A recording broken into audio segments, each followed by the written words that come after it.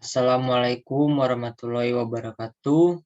Yang terhormat Ibu Dr. Hajar Raden Dewi Astri Yustia, SHMH, dan Ibu Cynthia Rachmi, SHMH, selaku dosen pengantar hukum Indonesia. Pertama-tama, marilah kita panjatkan puji syukur kehadirat Allah Subhanahu wa Ta'ala yang telah memberikan rahmat dan hidayahnya. Adapun materi yang akan saya bahas yaitu resume pengantar hukum Indonesia selama 1 semester.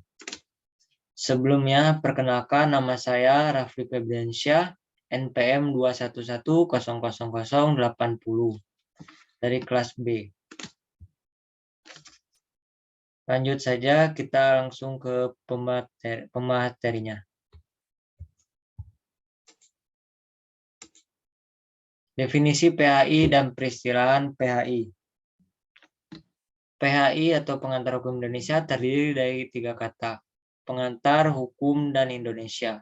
Pengantar berarti mengantarkan pada tujuan tertentu. Pengantar dalam bahasa Belanda disebut inleiding dan introduction, yang berarti memperkenalkan secara umum atau secara garis besar yang tidak mendalam atas sesuatu hal tertentu. Pengantar hukum Indonesia artinya mengantarkan atau memberikan pedoman kepada mahasiswa untuk mempelajari hukum yang berlaku di Indonesia. Istilah hukum Indonesia yang dimaksud adalah hukum yang berlaku di negara Indonesia pada waktu sekarang. Hukum yang berlaku pada waktu sekarang di suatu tempat atau wilayah tertentu disebut hukum positif. Artinya hukum yang dipositifkan berlaku untuk masyarakat tertentu dalam waktu tertentu. Hukum positif juga disebut ius constitutum. Artinya hukum yang sudah ditetapkan untuk diberlakukan saat ini pada suatu tempat atau negara tertentu. Selanjutnya, tata hukum Indonesia. Definisi tata hukum. Tata hukum ialah semua peraturan-peraturan hukum yang diadakan atau diatur oleh negara atau bagian dan berlaku pada waktu itu seluruh masyarakat dalam negara itu. Jelasnya, semua hukum yang berlaku bagi suatu masyarakat pada suatu waktu dalam suatu tempat tertentu. Tujuan tata hukum. Tujuan tata hukum ialah untuk mempertahankan, memelihara, dan melaksanakan tata tertib di kalangan anggota-anggota masyarakat dalam negara itu, dengan peraturan-peraturan yang diadakan oleh negara atau bagian-bagiannya. Suatu masyarakat yang menetapkan tata hukumnya sendiri dan oleh sebab itu turut serta dalam berlaku tata hukum itu. Artinya tunduk sendiri terhadap tata hukum itu. Tiap-tiap tata hukum mempunyai struktur tertentu, yakni strukturnya sendiri. Masyarakat yang menerapkan dan menuruti tata hukum itu hidup, berkembang, bergerak, dan berubah. Demikian tata hukumnya sehingga strukturnya dapat berubah pula.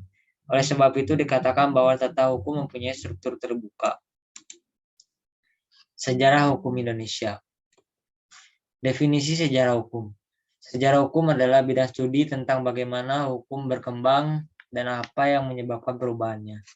Sejarah hukum erat terkait dengan perkembangan peradaban dan ditempatkan dalam konteks yang lebih luas dan sejarah sosial. Sumbangan ilmu ini lebih mudah usianya dibandingkan sosiologi hukum. Berkaitan dengan masalah ini, Sujonodi menjelaskan bahwa sejarah hukum adalah salah satu bidang studi hukum yang mempelajari perkembangan dan asal-usul sistem hukum dalam satu masyarakat tertentu dan memperbandingkan antara hukum yang berbeda karena dibatasi oleh perbedaan waktu. Sudarsono halaman 261. Sistem hukum yang berlaku di Indonesia. Pengertian sistem hukum. Sistem adalah suatu kesatuan susunan di mana masing-masing unsur yang ada di dalamnya tidak diperhatikan ke hakikatnya, tetapi dilihat menurut fungsinya terhadap keseluruhan kesamaan susunan tersebut. Sedangkan hukum merupakan kumpulan peraturan yang terdiri dari norma dan sanksi, dengan tujuan mewujudkan ketertiban dalam pergaulan manusia. Sistem hukum merupakan suatu proses atau rangkaian hukum yang melibatkan berbagai alat kelengkapan hukum dan berbagai unsur yang terdapat di dalamnya. Mulai dari hukum itu dibuat, diterapkan, dan dipertahankan. Sistem hukum Indonesia. Yang pertama yaitu sistem hukum Eropa kontinental. Sistem hukum Eropa kontinental berkembang di negara Eropa di daratan, dan sebagian disebut dengan istilah civil law. Semula sistem hukum itu berasal dari kodifikasi hukum yang berlaku di Kekaisaran Romawi pada masa pemerintahan Kaisar Yustianus. Kodifikasi hukum itu merupakan kumpulan berbagai kaidah hukum yang ada sebelum masa Yustianus yang disebut Corpus Juris Civilis, lalu dijadikan prinsip dasar dalam perumusan dalam kodifikasi hukum di negara Eropa daratan seperti Jerman, Belanda, Prancis, Italia, Amerika Latin, Asia, termasuk Indonesia pada masa jajahan. Yang kedua yaitu sistem hukum Anglo-Saxon. Sistem hukum Anglo-Saxon atau Anglo-Amerika mula-mula berkembang di negara Inggris dan dikenal dengan istilah common law atau unwritten law, hukum tidak tertulis. Sistem hukum ini dianut di negara-negara anggota Persemakmuran Inggris, Amerika Utara, Kanada, Amerika Serikat. Sistem hukum Anglo-Saxon bersumber pada putusan-putusan hakim atau putusan pengadilan atau jurisprudensi, kebiasaan-kebiasaan dan peraturan hukum tertulis yang berupa undang-undang dan peraturan administrasi negara diakui juga, karena pada dasarnya terbentuknya kebiasaan dan peraturan tertulis disebut bersumber dari putusan pengadilan. Selanjutnya yaitu hukum adat. Hukum adat adalah tradisional dengan berpangkal pada kehendak nenek moyang. Tolak ukur keinginan yang akan dilakukan oleh manusia adalah kehendak suci dari nenek moyang. Hukum adat berubah-ubah karena pengaruh kejadian dan keadaan sosial yang silih berganti. Karena sifatnya yang mudah berubah dan mudah menyesuaikan dengan perkembangan situasi sosial hukum dan adat elastis lainnya. Karena sumbernya tidak tertulis, hukum adat tidak kaku dan mudah menyesuaikan diri.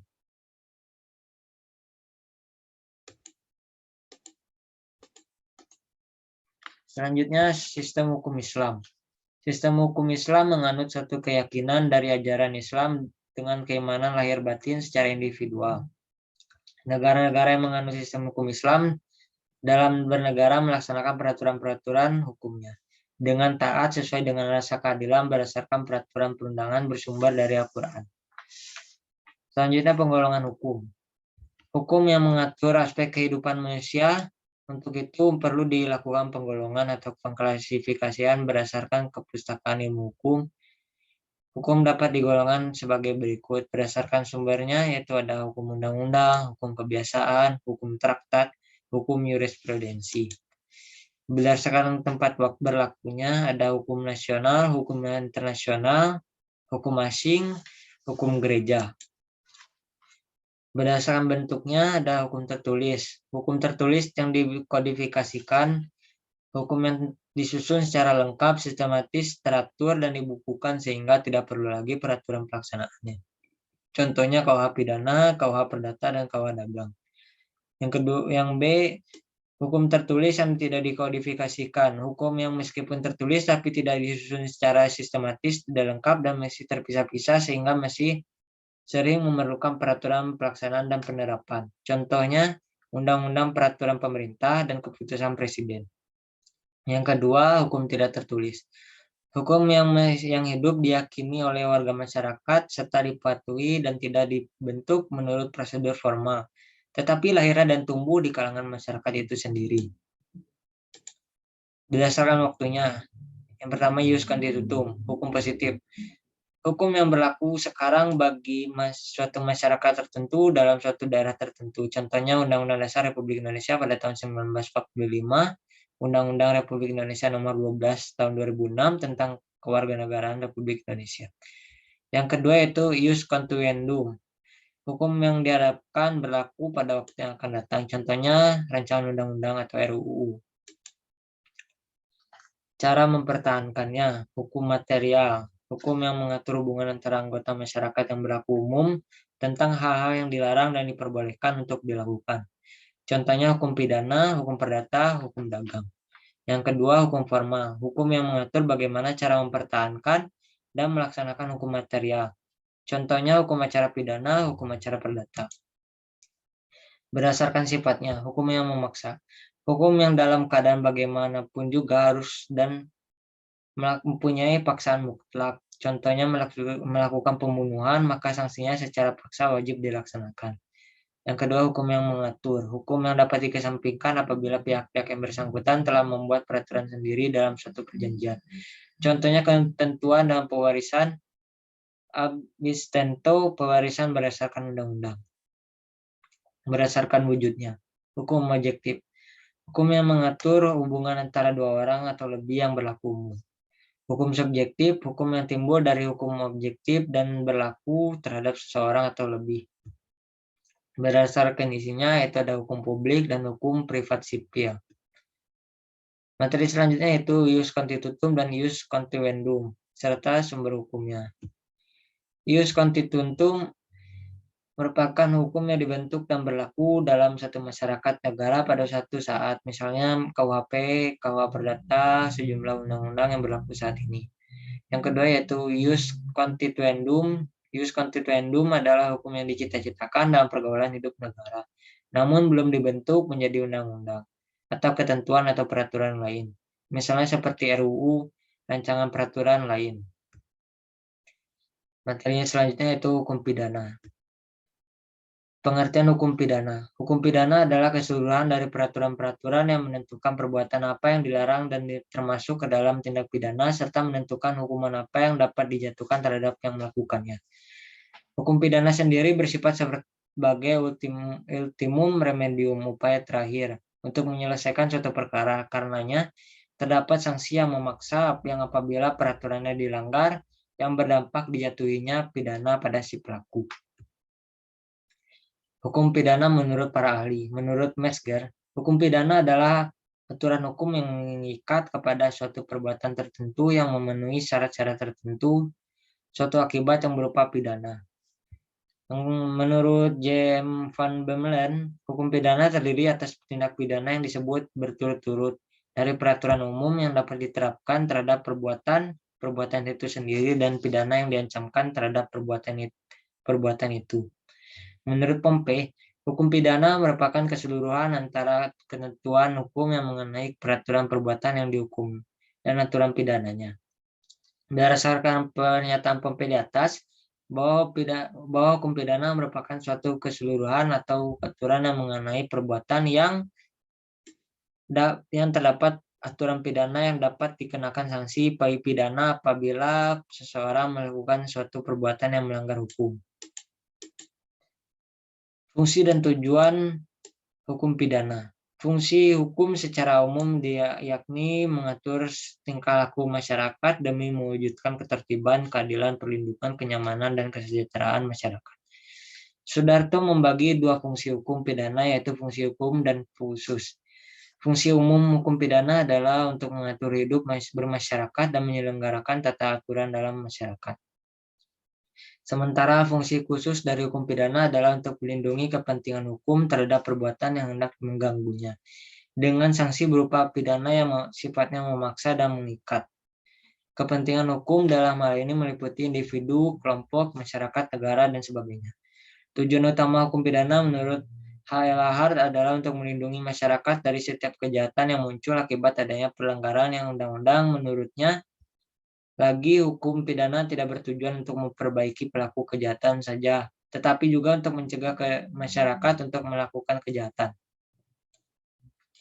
Jenis-jenis hukum pidana. Yang pertama ada hukum pidana umum. Mengacu pada hukum pidana yang berlaku untuk setiap masyarakat, berlaku terhadap siapapun tanpa mempedulikan golongan, status, dan lain sebagainya. Sumber hukum pidana jenis ini adalah bersumber dari Kitab Undang-Undang Hukum Pidana, KUHP, baik KUHP tentang ketentuan umum, KUHP kejahatan, serta KUHP tentang pelanggaran. Yang kedua yaitu hukum pidana khusus, merujuk pada aturan-aturan hukum pidana yang menyimpang dari hukum pidana umum serta berlaku khusus bagi orang-orang tertentu. Menyimpang dari hukum pidana umum maksudnya ketentuan tersebut hanya berlaku untuk subjek hukum tertentu dan hanya mengatur tentang perbuatan tertentu. Sifat hukum pidana. Sifat hukum pidana adalah bersifat publik dan mengatur hubungan antara warga negara masyarakat dengan negara. Hukum pidana tidak memiliki kaidah sendiri, melainkan mengambil kaidah-kaidah dari dalam hukum lain seperti hukum tata negara, hukum perdata, dan hukum sebagainya. Sumber hukum pidana di Indonesia. Yang pertama KUHP. KUHP merupakan sumber utama hukum pidana Indonesia sebagaimana yang tadi sudah disebutkan. KUHP yang dapat menjadi sumber lahirnya hukum pidana adalah KUHP yang mengenai ketentuan umum, KUHP tentang kejahatan, dan KUHP tentang pelanggaran. Yang kedua itu undang-undang di luar KUHP. Undang-undang ini memuat aturan-aturan untuk tindakan pidana khusus seperti pemberantasan tindak pidana korupsi, kekerasan dalam rumah tangga, narkotika, dan lain sebagainya. Yang ketiga yaitu hukum adat. Pada daerah tertentu untuk perbuatan-perbuatan yang tidak tercantum dalam peraturan tertulis seperti KUHP atau undang-undang lainnya, keberadaan hukum pidana adat di suatu daerah masih tetap berlaku. Materi selanjutnya yaitu hukum perdata. Hukum perdata secara luas dapat diartikan sebagai hukum pokok yang mengatur kepentingan-kepentingan perseorangan atau dikenal dengan hukum privat material. Dalam hukum perdata, pada prinsipnya yang dipelajari adalah hubungan-hubungan hukum yang dilakukan oleh subjek hukum yang satu dengan subjek hukum lainnya. Menurut para ahli, menurut C.S.T. Kansil, hukum perdata adalah rangkaian peraturan-peraturan hukum yang mengatur hubungan hukum antara orang yang satu dengan yang lainnya dengan menitik beratkan kepada kepentingan perseorangan. Menurut Sudirman Kartodiprojo, hukum perdata adalah semua kaidah hukum yang mengatur dan menentukan hak dan kewajiban perdata. Yang ketiga yaitu menurut Van Dunay, hukum perdata adalah suatu peraturan yang mengatur tentang hal-hal yang sangat esensial bagi kebebasan individu seperti orang lain dan keluarganya, hak milik dan perikatan. Pengertian dan subjek hukum. Subjek hukum adalah setiap makhluk yang berwenang untuk memiliki, memperoleh, dan menggunakan hak-hak kewajiban dalam lalu lintas hukum.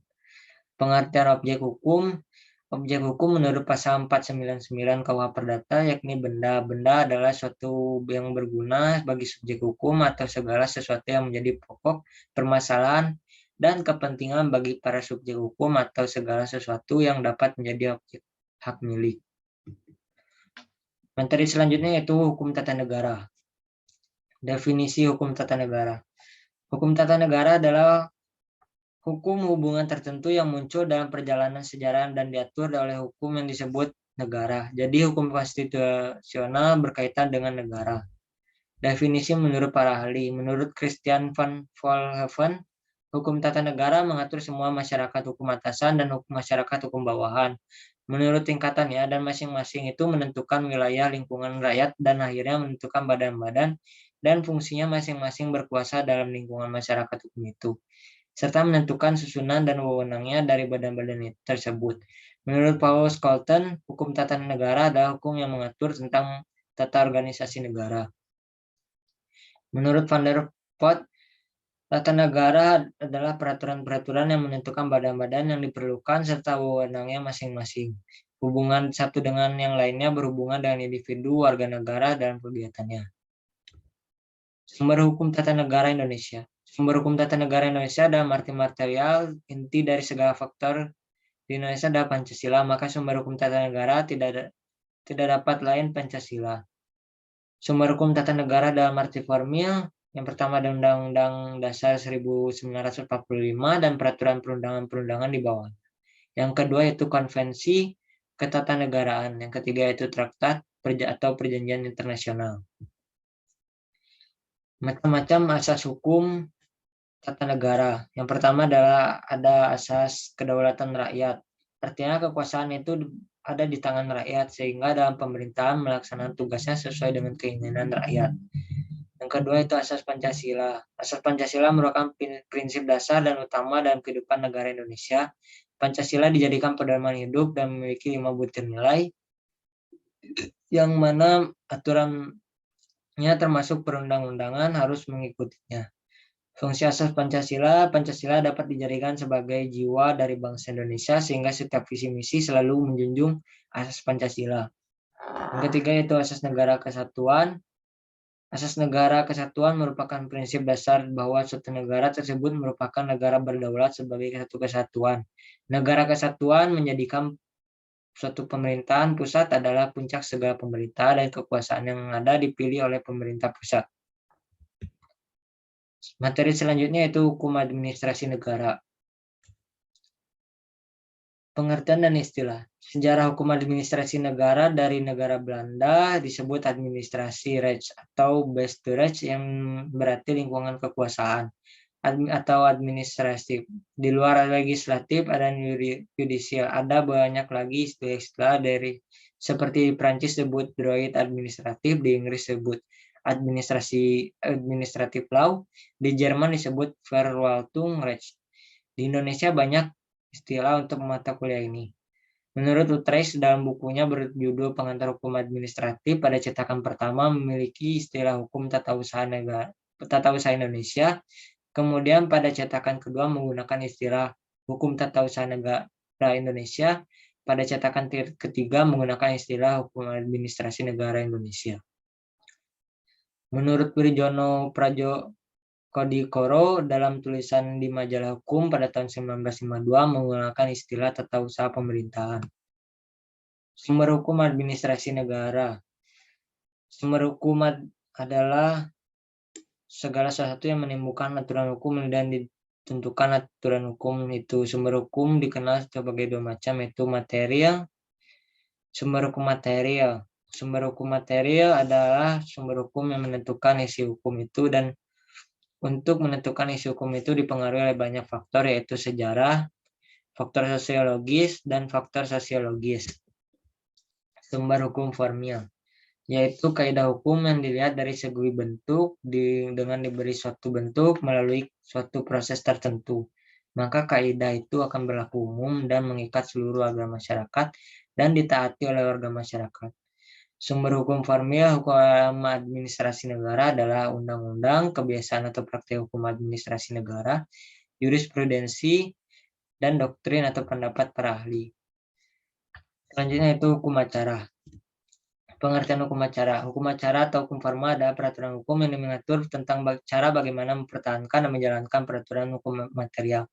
Fungsi menyelesaikan masalah yang memenuhi norma-norma larangan hukum material melalui suatu proses dengan berpedoman kepada peraturan yang dicantumkan dalam hukum acara. Artinya bahwa hukum acara itu baru berfungsi kalau ada masalah yang dihadapi individu-individu. Terhadap masalah-masalah itu perlu diselesaikan dengan secara adil untuk memperoleh kebenaran. Tugas hukum acara menjamin ditaatinya norma-norma hukum material oleh setiap individu. Dengan perkataan lain, hukum acara hanya dijalankan dalam keadaan istimewa, yaitu hukum. Dalam hal hukum material, kewenangan hukum material diberikan kepada hak yang berhak untuk dan perlu dipertahankan. Jenis-jenis hukum acara. Hukum acara perdata, hukum acara formil. Hukum acara perdata adalah peraturan hukum yang mengatur bagaimana cara menjamin ditaatinya hukum perdata material dengan perantara hakim. Dengan perkataan lain, hukum acara perdata adalah peraturan hukum yang menentukan bagaimana cara menjamin pelaksanaan hukum perdata material. Asas hukum acara perdata dalam hukum acara pidana adalah hakim bersifat menunggu, hakim dilarang menolak perkara, hakim bersifat pasif, dan persidangan bersifat terbuka. Proses dalam beracara dan perdata yaitu pengajuan gugatan, membayar biaya perkara, pendaftaran perkara penetapan majelis hakim.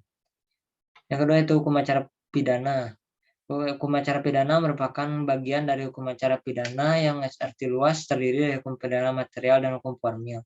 Hukum pidana material mengatur tentang perbuatan yang dilarang dan diharuskan siapa yang melanggar larangan atau keharusan diancam dengan hukuman pemidanaan. Asas hukum acara pidana yaitu asas legalitas, asas equality before the law, asas presumption of innocence, dan terakhir yaitu asas peradilan bersifat sederhana, cepat, dan biaya ringan. Hukum PT-UN, hukum acara peradilan tata usaha negara adalah keseluruhan peraturan atau norma hukum yang melaksanakan dan mempertahankan hukum tata usaha material. Asas hukum acara PT-UN yaitu asas independensi hakim. Yang kedua itu asas sidang terbuka untuk umum. Yang ketiga asas diperiksa majelis hakim. Yang keempat asas hakim bersifat menunggu inisiatif gugatan dari penggugat.